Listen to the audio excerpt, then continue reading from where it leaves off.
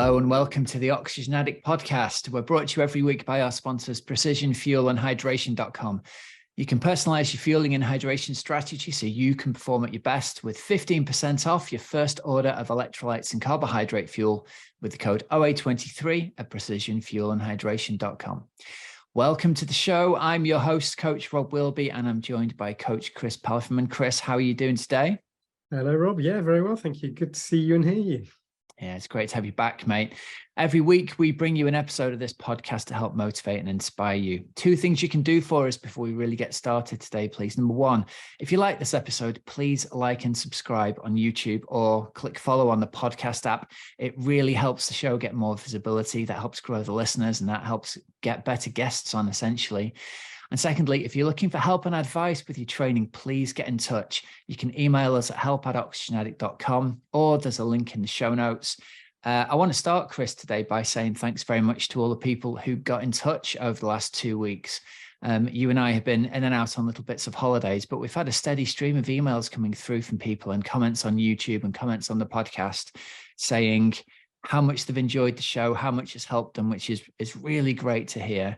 And in some cases, people sharing their stories with me following, us chatting about coming back from illness. I've had several quite heartfelt messages from people saying, that they're going through a similar thing. And it's nice to hear other people talking and discussing the fact that you can go through hard times and you can come out the other side of it. Yeah, I've been blown away as well, to be honest. I've been away for a week or so and I've had a lot of emails, actually. A lot of emails where people have either been thanking us or people have been saying it's just really struck a chord with them. And it's amazing because, we're talking into the atmosphere. We don't really know who's listening half the time. And to know that, people are relating to either our experiences or the stories that we share, it's, very, very nice indeed. So thanks to everyone who's done that. And please keep those messages and emails coming as well. It's always really nice to get them, and we'll do our very best to reply for all of them as well. It's hard hearing stories of people who, from my end, Chris, I got a bunch of stories from people who are struggling with long COVID, and it's really hard to hear other people's experiences and know there's lots of people out there who, I think, people who've been from an athletic background, who've been racing, who've been training their whole lives, and then to get long COVID and have that taken away, people really, really struggle with it. So it's been really hard to read some of the messages, but I've got a couple of good contacts I can put people in contact with, some really good doctors who understand long COVID. So if that's you and you're listening, then please don't hesitate to drop us a line, and we'll do what we can to get you the help that we can give you, essentially. Yeah, totally. Right, before we kick off today, we're going to do today's episode is going to be a special on training and racing in the heat. The reason that we're doing it right now is so many of our athletes are freaking out, aren't they? So many messages are coming through from people we coach. And I figure people who are out there who are listening, who are not coached by us or perhaps not coached at all, might be going through similar things. They've trained in pretty moderate temperate conditions, and all of a sudden they're looking at the weather forecast. We're lucky here. We've had a bit of sun for the last couple of weeks in the UK, but people are looking at the forecast to go out and race in, maybe racing in Europe or maybe racing in America or maybe racing in Mexico or Australia or wherever. And they're faced with it being much, much hotter on race day than they've been used to training. And they're saying, I've heard these stories of how people go out to race in the heat and they're really well prepared and really fit and they've trained for a whole year. And then it's 32 degrees on race day and people melt and the performance just goes to hell. Is there anything that we can do to prepare for it? So that's the purpose of this episode. Yes, there are things you can do to prepare for it. Not everybody's going to need to do them. Not everybody's going to want to do them, certainly. But if you are looking at the 2-week forecast before your race and seeing it's going to be really, really hot, and you're not a person who's heat adapted or you've not had the chance to train in the heat, you can still do some stuff now that is really going to increase your chances of having a much better event come race day, can't you, Chris? I think a lot of listeners would be surprised how a little bit of heat can have a massive effect on what happens on race day. And I did a race that we spoke about on the last podcast only 2 weeks ago, I think it was now, and it was in Scotland in May. that's not crazy heat, but the amount of people at the end of the race that were saying, God, I overheated. I just couldn't hold my power, couldn't hold my watts. My stomach started churning because I wasn't getting the liquids that I needed. And that was only in, what, 20 degrees? So if you're racing at intensity and it's slightly hotter than what you're used to, it's amazing how much that can have a, negative effect on your race performance. So even though a lot of the athletes may not be flying all the way to Mexico or racing in the desert, even if you're racing in the summer, in the UK summer, that could easily be 24, 25, 26 degrees. And that's okay. A lot of people would be able to get around it without any heat prep. But if you're looking for the ultimate performance and to get as close to your full potential as possible, then obviously it makes sense for you to do some heat prep. So yeah, I think this episode is helpful for anyone that's looking to basically translate all that fitness that they've building up over the past few months into a representative way of where their fitness is actually at on race week. Because that's the most frustrating thing, isn't it, Rob? When you've done all this training, you're fit, your aerobic capacity is where you want it to be, but then come race day, you're walking because it feels a little bit too hot. So that's what you want to avoid. I think it's something very particular to the UK as well, in that the weather is so cool for most of the year, and then it can get so hot for the summertime. I read a comment in Training Peaks by an athlete just the other day who said something along the lines of the only gap in my schedule I had to do my long run today was at 12 o'clock, and obviously I didn't want to go out and do the run in the middle of the day in the heat of the day, so I went and did it in the gym with air conditioning to stay cool. And I think that's a really common response. We've all had that, where it's gone from being 15 degrees to being 25 and in bright sunlight. Remember that the temperature is measured in the shade as well. So if it's a bright blue sky sunny day and the sun's beating down, even though the temperature says 25, it can easily feel into the 30s. If your natural reaction as an athlete is, it looks or feels too hot out there to go for my run, well, it is a totally sensible thing to do your training morning or evening, or do it in the gym out of the heat of the sun. But bear in mind, if you're preparing for an event where you're going to have to do your run in either a 70.3 or an Ironman, you're going to be doing your run in the heat of the day. If you don't fancy it in training, that's a really good sign that you are not going to fancy it on race day, and it's going to be really, really hard for you to perform on race day. And you would definitely benefit from starting to do some of these things and starting to edge your way towards doing some more of your training in as much of the natural heat as you can do, and B, if not, to start to get heat acclimated. So yeah, so hopefully this is what this episode is going to help people out with. Now, before we kick this off, we're going to give a shout out to our sponsors, and they could not be a better sponsor for this edition, could they? Our sponsors, Precision Fuel and Hydration. You can use their free fuel and hydration planning tool to receive a personalized strategy for your next race. The online planner helps you understand your own carbohydrate, electrolyte, and fluid needs, so you can refine your strategies and training and then get them right for race day. And you can even book a one-to-one video consultation with PFNH's athlete support team. They'll be happy to help you nail your nutrition and race electrolytes plan. These guys changed my life. They changed it just too late for my racing career, but I never understood why I was not only falling apart in races in the heat, but I think falling apart is putting too fine a point in it. I was in the medical tent 3 times seriously after Ironmans, and 1 time so seriously that I was looked at being put into hospital after it. Like the level of, and I'm an extreme case, that it turns out when PFNH did an in-person sweat test on me, I was the second most salty sweater they'd ever seen, behind Andy Blow, the founder. And his eyes were like, oh yeah, well, this would definitely explain some of this stuff then.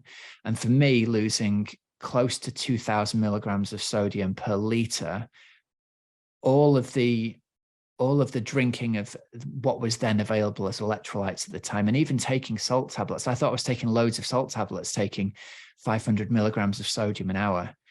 It turns out that was less than quarter of what I needed, and I'd end up so horribly hyponatremic at the end of it. So I was drinking loads of water and not replacing the sodium. If people listening are either at the least serious end, covered in salt on their kit at the end of a hot day, or they're cramping, or they find that they feel really, really sick at the end of long or hot races, it's a really good cue that you need more sodium than you're A, currently getting, and B, is being provided by your current race nutrition. So I think having them sponsor an edition about the challenges of racing in the heat couldn't be a better fit. Love the company. Get on there and get their products. I've got tons of it downstairs, Chris, in preparation for our trip out to the French Alps. Perfect. Isn't it crazy though that you know, you and I have a pretty similar frame. It's not as if we're totally opposite ends of in terms of physically how we appear. And in my mind, before I did some research into sweating and all these elements of performance, I always thought that I was outside of that category because I'm quite a small frame. I sweat a bit, but not a crazy amount, and I've always performed okay. But actually, the difference between you and I in terms of what's going on in our sweat is massive. So I sweat, I think it's 570 odd milligrams per liter. Right. You're more or less the same frame as me, and you're over the 2000 mark, is it? Which is absolutely huge. And I would have always thought that someone sweating that much would have been, you know, someone that's massively overweight or hugely tall, got massive frame, but it's not that at all. So don't fall into the trap of thinking that, oh, I only weigh 60 to 70 kilograms and I only sweat what feels like average. Just make sure that you check it out, because it's not just the volume of sweat, it's what you're actually sweating. So it's definitely worth looking into it if you're looking to race at you know, close to your potential. Yeah, 100%. All right, so that leads us nicely on to talking about the challenges that our body's going to face when we're training or we're racing in the heat. And so the first thing I think to acknowledge is anyone who's ridden a bike on the indoor trainer without a fan, or been on the treadmill indoors without a fan, realizes very quickly that our bodies are incredibly efficient at producing heat as we exercise. And we usually don't feel it when we're running or riding outdoors, but take away that cooling evaporative air blowing over us, and it really reveals how hot we get so quickly. And we produce tons and tons of heat. And to set the scene, sweating is our body's mechanism of getting rid of that heat. There's two kinds of sweating. There's sweat that's really efficient and evaporates off. And there's also sweat that's inefficient and is the stuff that you typically see pooling on your skin. The two are genetic. So some people, like, for example, as a kid growing up, my dad would finish a run with me and he would literally wring his running vest out into the sink. He would be convinced he was really, really sweaty, and because his sweating was really inefficient. And so I think the numbers are something like you lose 4 times more water when it pools on your skin than you do when it evaporates away. So to a certain extent, you can't change that. Your body is one way or the other, but it has to get rid of that heat somehow. And sweating is the way it's going to do it. And so if you add into the mix a humid day when there's already a lot of water into the air, our sweating becomes much less efficient again. And it's even harder for our body to lose this heat. This is a long way around saying it's hard for our bodies to lose heat at the best of times. Put it in a hot and or humid day, and it's even more difficult for the body to lose heat. Add on top of that, Rob, race intensity and race duration. It's very different doing a 45-minute run in the heat versus 10 hours, as the heat is increasing throughout the day, but also your engine essentially is getting hotter and hotter and hotter. And there's a point where you can't turn that back round unless you stop. So you've got to be aware of the heat management throughout the day, which it's very, very hard to do. Yeah. And so the way that we can look, I think, at making our bodies more efficient is to understand that it's the blood's job to do 3 things. The blood delivers oxygen to the muscles. We all know that. It also delivers blood to the skin to dissipate heat, but it also delivers blood to the gut so it can deliver nutrients. So it's kind of being pulled in 3 directions when we're trying to do a triathlon in the heat. It's trying to deliver oxygen to the muscles, which is what we've trained it to do all day long. All of a sudden, there's this extra stress that more of it's getting pulled away from the muscles to the skin to dissipate the heat. And then you mentioned earlier, didn't you, the GI distress, the upset tummy, the feeling that I'm not either absorbing fluid or absorbing any calories in my stomach. And that's again because this blood's already being pulled in 2 directions. If that blood then gets shunted away from our GI system, it's much harder for it to help digest the calories and the fluid that we're putting in there. So it's got a big challenge on, and we've got to help it by preparing it ahead of time so that we can give it its best chance of helping us support the athletic endeavors we want to do on the day as well. And how much time what's the timeline? In terms of if an athlete checks the weather, they've got 2 weeks before their race, they see that it's going to be a lot hotter than they're used to. Is 2 weeks enough for an athlete to heat adapt? It looks like it is from the research that's out there. It looks like the 2 week to 3 week time frame is enough for the three things we're going to talk about, or a combination of two of the three things that we're going to talk about, to have some kind of material effect.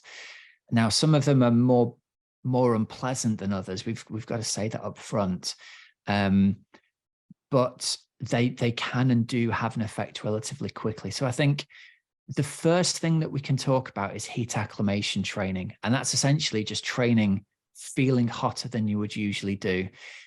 The time to do heat acclimation training is 3 weeks out to 1 week out before your event. That's when they think it seems to make the biggest difference. And we have to stress when we do this, we're just trying to get hotter than usual when we're training. It's best done on our easy efforts, so we don't want any kind of hard efforts, hard intervals, none of that on these sessions. An easy or steady run or ride of 30 to 60 minutes, but indoors in a hot room with no fan. And even as you get better at this, wearing clothes to get even hotter, but only ever do these as easy sessions. The changes we're going to see by doing it, we're going to get an earlier sweat threshold. So you're going to start sweating sooner. We're going to have an increased sweat rate. So our body's going to learn to sweat more, and it's going to be able to dissipate more heat because of that. And most crucially, I think, you feel easier in the heat. You feel more comfortable. And I think mentally you're more used to it. You just kind of feel more ready to exercise in the heat with sort of heat acclimation training. And initially, they don't need to be any more complicated than doing some training for 30 minutes, easy, wearing clothes indoors on the trainer, and gradually progress. So you do a little bit more each time. Never do your hard sessions, never do your key sessions with the heat, but that sort of little and often thing can really make a difference. I can't stress that one enough. And I've seen plenty of athletes get this wrong, where you have that stress of race day coming and you think, I need to be doing race intensity to get the full benefit, to see how it feels. But I think you've got to separate training and preparation for the actual conditions, and they're two very different things. Yes, so when you're doing this heat acclimation stuff, don't approach it as I'm looking to get fitter, I'm looking to get stronger, looking to develop my aerobic capacity. It's nothing to do with that. You're literally teaching your body at a cellular level and increasing your sweat rate, etc. And that has to happen at the lowest intensity possible. Even zone 1 is absolutely brilliant. So don't be tempted to, increase the watts to race intensity, because that's going to unravel pretty quickly. Yeah. So if you've got any hard stuff in your training plan, any sweet spot work, any FTP work, and any of that harder stuff, don't do that with the heat acclimation. But your shorter e-pace runs, your shorter aerobic rides, your recovery rides even can be done indoors on the trainer, wearing clothes, and get used to being really, really hot. So it isn't rocket science. And in fact, if we look at the example of Anders, who raced really well recently at Ironman Hamburg, he'd done little extra sessions every day. He'd do 30 minutes. If he didn't have an easy session, he'd add one in just to ride his bike at the end of the day for 30, 40 minutes, wrapped up in clothes. We saw some photos, didn't we, of him looking incredibly uncomfortable. But his comments over a 14-day period went from essentially, oh my God, there is no way that a human being can tolerate this, to all the way at the end, a gradual move towards, I'm ready. I did that. My core temperature, he used one of those core temperature sensor things as well, so he could see how hot he was getting. My core was up over 40, felt fine. I'm hot, but I can deal with it. And that's the place we want an athlete to be, isn't it? That they know that they're hot, but you can just deal with it. It's the same, I think, when you go on holiday. A mental change happens over 7 days, where if you go to the Canaries, the first day there, you just think, it's just too hot for human life here. And then by the last day, you can go for a run or a ride quite happily in it and feel really comfortable. Totally. I think a massive takeaway is little and often is going to be far more beneficial than one weekly, 3-hour indoor ride without a fan. Please don't do that. It's going to create a negative effect. You want the little and often every 24 to 48 hours. If you can get one of these really short sessions, even if it's 15 minutes on a treadmill, windows closed, in the heat of day, is going to be far more beneficial than trying to do your 2-hour, let's say, run indoors. That's you can literally fry yourself, and it's going to have the negative effect where you can't train efficiently the next day, which is then going to have a negative effect on your overall fitness and preparation for race day. So really try and differentiate and separate training and heat acclimation as two very separate objectives and goals. Absolutely. So that's kind of dealt with heat acclimation training, or at least it's introduced the idea to people. There's two other things that people can do as well in order to get their bodies ready. And this is really, I think, the things that drives the main physiological adaptation, which is an increase in blood plasma volume, which is the thing that's really going to help people on race day. The two other things we can talk about, and long-time listeners will have heard you talk about this with your Kona preparation. We can either do, and it's either hot water immersion or a sauna protocol after training. The idea of both of these is like that. It's not very nice, is it? Let's be honest about it. It is a really physically challenging, mentally, physically unpleasant thing to put yourself through in order to be able to get the last few % of chance reduced that you'll melt down on race day. So let's go through both of these things and talk through. Obviously, I think sauna protocol is dependent on either you're doing your workout at the gym, you've got a sauna there. I think very few people have got access to a sauna really in their own house, certainly in the UK. And then the hot water immersion we can talk through as well. So sauna protocol first. What we're looking at doing here in its basic form is getting into a sauna straight after a workout for initially 10 to 15 minutes and building up to 30 minutes. No hydration while you're in the sauna, no hydration for the last 15 minutes of your workout, and essentially sitting in there for that period of time, being uncomfortably hot already from your workout and enduring as hot as you can endure for the 10 to 15 to 30 minutes. This is I've just got flashbacks of some horrible moments in Now, I've never done this, and I know you have. So talk us through your experience. It's really unpleasant, and it's really easy to get wrong. And I think in the early stages, I actually got it wrong, where I was pushing myself too hard, not in training, but in the sauna. And I was thinking an extra 5 minutes, and I'd just sit there to the point of, nearly shaking and feeling dizzy. And if you get any of those symptoms, you're overcooking it. Just get out, cool down. And it's better to kind of break up that session of even 5 minutes in and then 30 seconds out, just to rehydrate if you have to, and then put yourself back in. You want to avoid that. I don't know how else to explain it apart from you just feel cooked, literally as if you're in an oven. And so the way that I used to do it was I'd do a really easy jog to the sauna, which for me was 30 to 40 minutes easy running, and I'd make sure that I'd kept that really easy. It was very tempting to run hard because I was really fit at the time, but actually just doing an easy jog, and the point there is just to build up that core temperature. You don't need to be working on fitness or any of those other elements. And then I started with around 7 minutes in the sauna. I'm not very good with heat, so I feel very kind of stressy and uncomfortable in the heat. And initially I had in my plan that I was going to do 15 minutes on the first session, but after 7 minutes I was feeling dizzy, very stressed, very uncomfortable, and I was hating it and felt as if my head was going to implode. So if you're getting those feelings, just be careful. Maybe you feel as if you can do a little bit longer, but you've got to look at this as a long-term picture. You've got to feel okay in a few hours. You've got to feel okay the next morning because you've got a hard swim or a hard run. So look at the long-term picture, and little and often is going to be the way forward. So I built it up as 7 minutes, and then I added an extra 3 minutes every session, if that felt okay. And luckily enough, it did.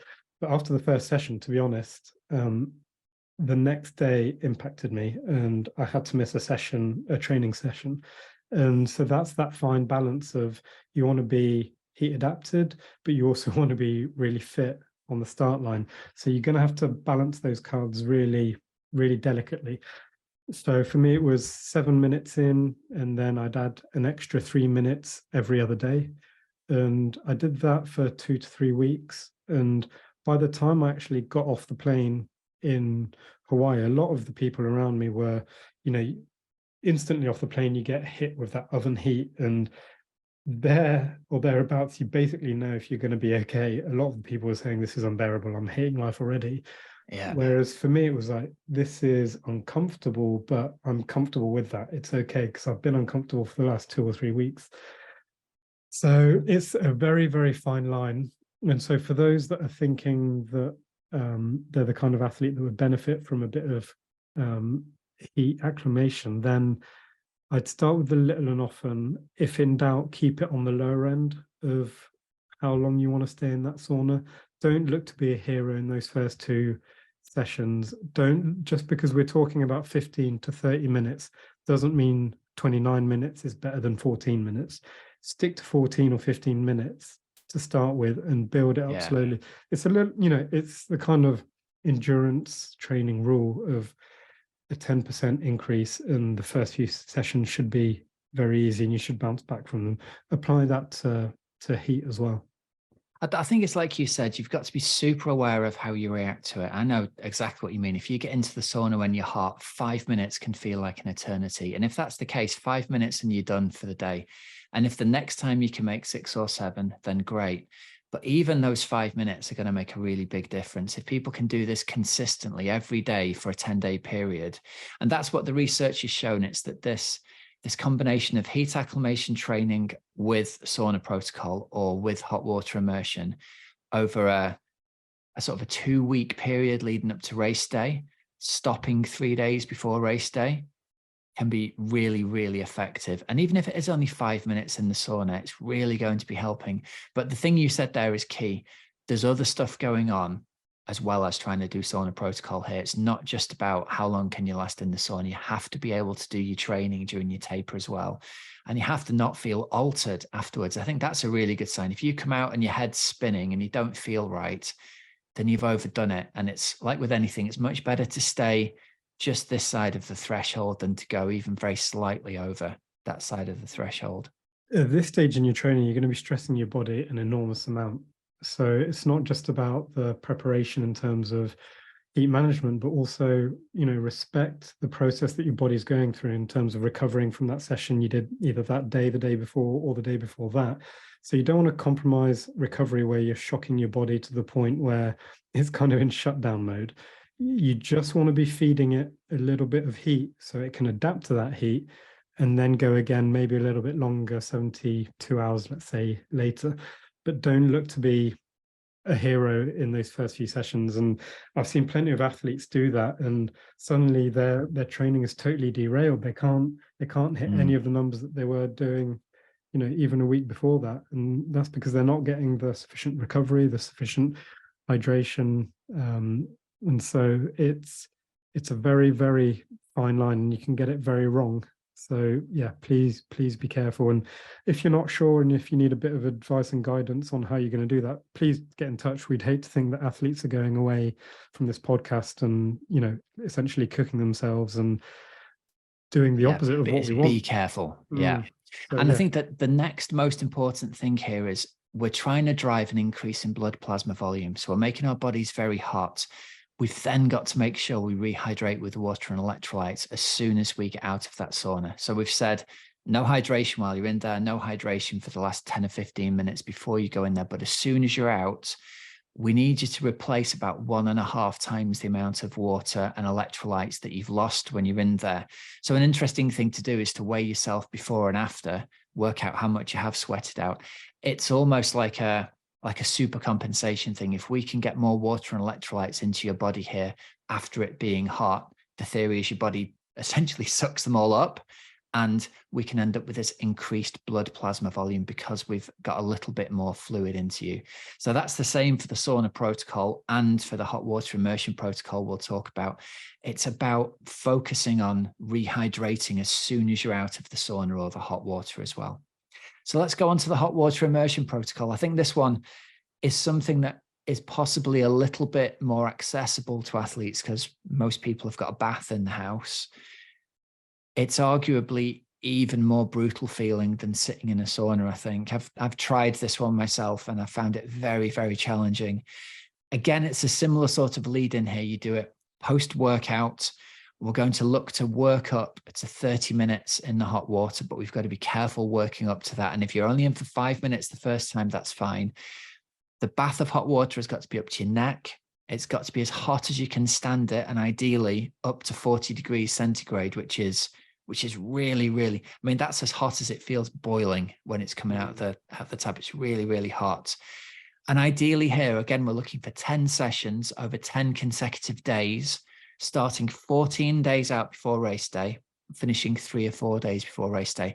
The benefits of this clinically were shown to last up to 2 weeks after the protocol finishes, but they drop off over that sort of 5 to 7 day period. So you're good over race weekend if you finish 3 or 4 days before race day with this one. And again, as soon as you're out of the water, it's rehydrating with electrolytes and fluids for 1.5 times the fluid loss. And I think, again, this is easier for the weighing because often people have got scales in the bathroom. They can weigh themselves as they get into the water, weigh themselves afterwards. People will be surprised how much weight they lose in 30 minutes in a very hot bath post a workout. Again, the challenge here is to not drink while you're in the hot water, to not drink for the 15 minutes of exercise leading up to it, because it feels incredibly hard and unpleasant and challenging, doesn't it?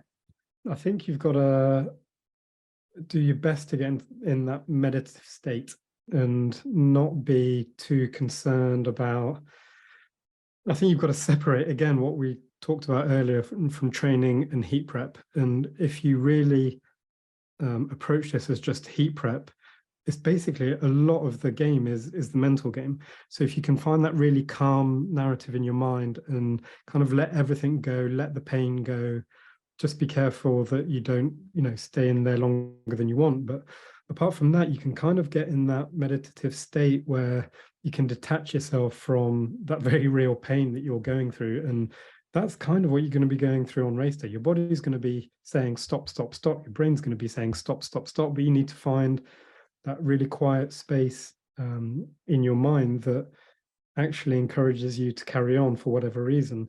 And so this is exactly what I was doing in the sauna. Everything was telling me to stop even after 3 minutes. But if you can find that quiet space, you can kind of get over the hump of everything screaming stop. And then your body and mind come into that state where it understands that you're in control and you're going to be staying in there a little bit longer. And that's exactly what happens on race day. No one gets to that half marathon point in an Ironman and feels excited, feels fresh. That's just not the reality of the sport you're in.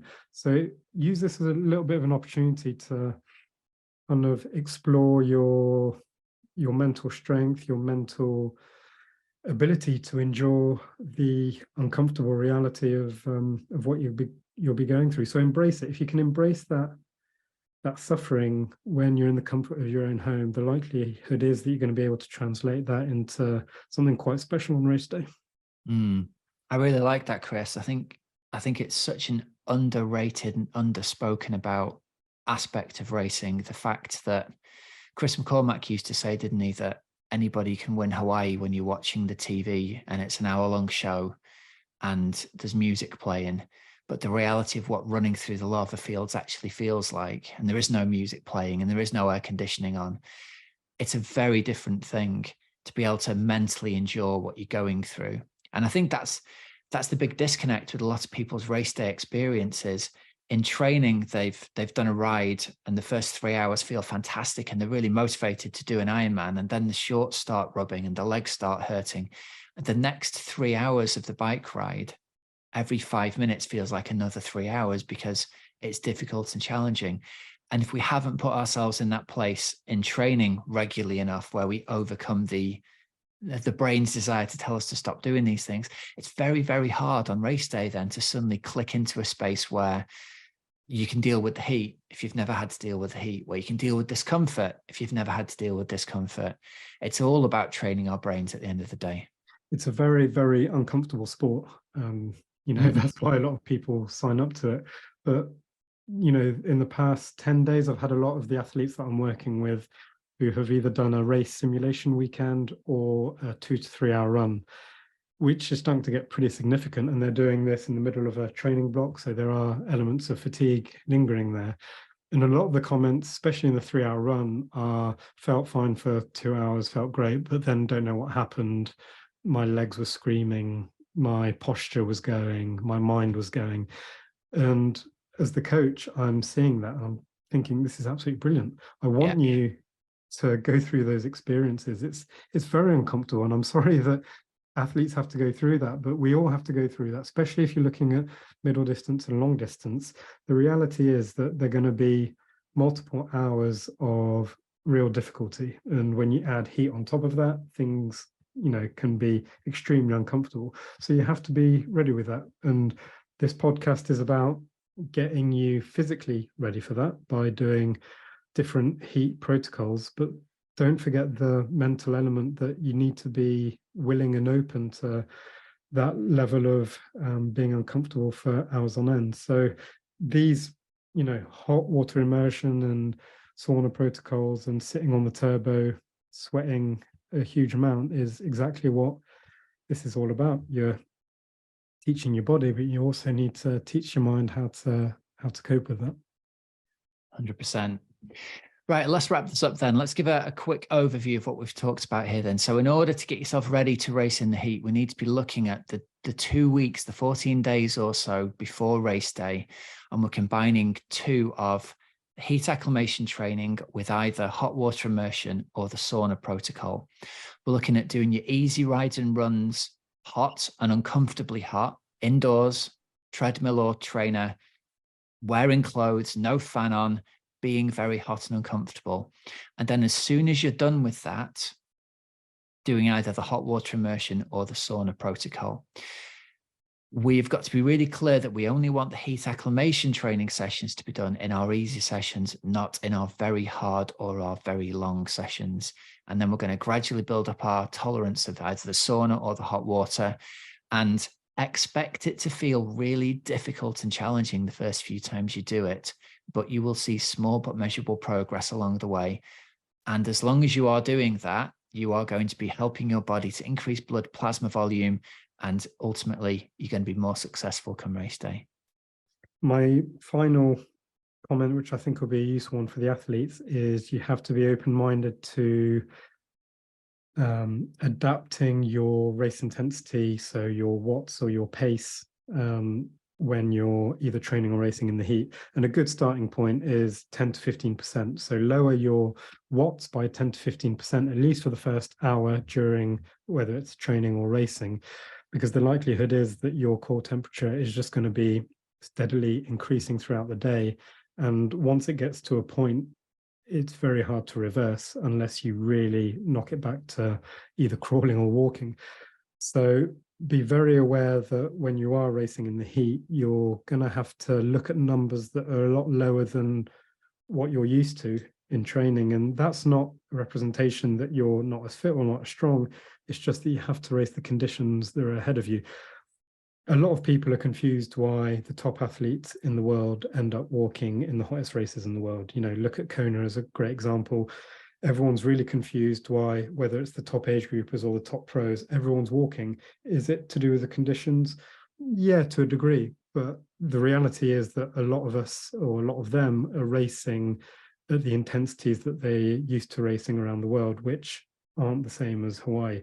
So you have to raise the conditions there. So protect yourself, protect the back end of your marathon as always, and kind of have that foresight that your core temperature is going to be higher and higher and higher. So protect it as much as you can on race day as well. Yeah. And I think just to add to that, Chris, it's worth athletes remembering that we all recognize that Ironman especially is an energy limited event more than it is a fitness limited event. It's about how many calories you can process while you're out there. And if your body all of a sudden has got to shift loads of its blood to the skin to get rid of the heat, and there's less available in the gut to digest food, you're not going to be able to digest as many calories as you could. So if you don't slow down, eventually your body's going to make you slow down, because those calories are just going to be sitting in your gut and not going to be digested. And I think often athletes who have really bad, we'll call it GI distress on hot days, it's not necessarily down to doing anything wrong other than not slowing down from the numbers that they would usually go at, which just means the body's not able to absorb what they would usually absorb. Yeah, a lot of athletes fall into the kind of trap of the narrative being, for some reason, the gels that we're taking on the day weren't the right ones, so they'll start testing with other gels. But actually, I think they're looking under the wrong stone. You need to be looking at how you adapted your race strategy in terms of pacing. And a lot of the time people aren't. They're stuck in, I race at 200 watts, whether it's hilly, whether it's flat, whether it's raining, or whether it's in Kona. And that it's just not the reality of how the body adapts to these elements. So yeah, be very cautious in the heat. I think, we've all seen it with top level athletes get it wrong, and we're no different. So yeah, be very cautious, and if anything, build into the day, as you should anyway, but even more so, and start at a lower threshold and try and manage it through that way. Yeah, brilliant. Right, good. I think we've covered all of that stuff there. Hopefully that's helped loads of people out. Again, any questions, please feel free to fire them through to help@oxygenaddict.com. So to wrap this up, remember you can go to precisionfuelandhydration.com and use the code OA23 for 15% off your first electrolyte order. If you haven't ordered from those guys and you're racing in the heat, get in an order sorted now. Get yourself some really high quality electrolytes. Start practicing using them in training. They will absolutely make a difference to the quality of your training and your racing. And if you're looking for help with your coaching, please head over to teamoxygenaddict.com. I think we've got the most comprehensive endurance sports coaching program for busy age groupers. You can book a call with me or Chris to see if you'd be a good fit for joining the team. And let's see how we can best help you out achieving your endurance goals for 2023 and beyond. So there's links in the show notes. You don't have to remember them. Till next week, have a great, safe training and racing week. He's Coach Chris Palfreyman, and I'm Coach Rob Wilby, and you've been listening to the Oxygen Addict Podcast.